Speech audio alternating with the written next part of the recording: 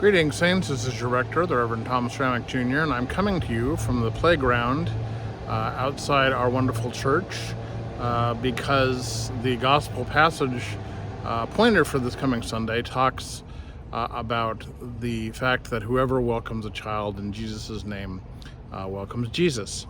And this is said in the context of Jesus having told the disciples that he was destined to die, and the disciples doing a little pre-succession planning, specifically asking who of them would be the next in line to assume leadership of the disciples.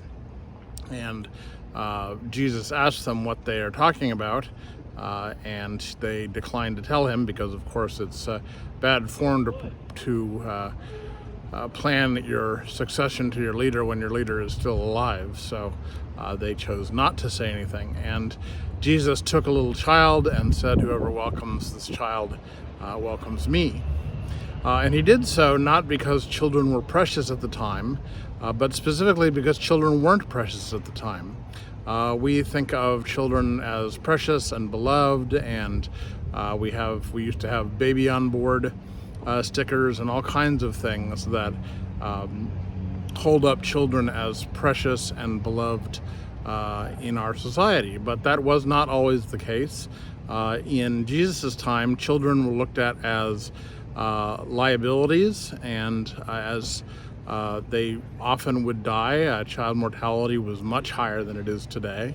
And so children were sort of looked at as pests, and hopefully they would survive until teenagehood or adulthood and contribute to the family, but you never know. So when Jesus is telling the disciples to receive a child, what he's saying is receive the one who is least valuable in society.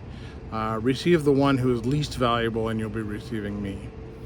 And I think that's worth thinking about. Well, who are the folks that are now called the least valuable in our society? And how are we called to welcome and receive them, not only into our church, but also into our world?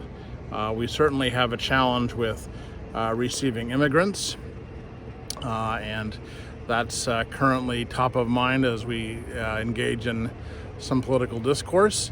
But we also, I think, have a challenge just receiving anyone that is difficult to accommodate in our normal everyday lives. So that's a challenge as well.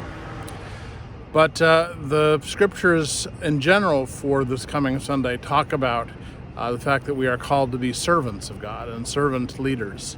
And then we're called to receive folks as God would receive them, and as God does receive them, as beloved creations and beloved children of God. So that's a good lesson for us, to think about everybody that we see as beloved of God and to act accordingly. We'll, of course, be there together this coming Sunday. Jim Lieb will hold forth on at least one of the themes that I've outlined, and then we'll have a coffee hour after the service and move on from there. So look forward to seeing you all, and I will see you hopefully on Sunday, and hopefully the rest of the week as well. God bless.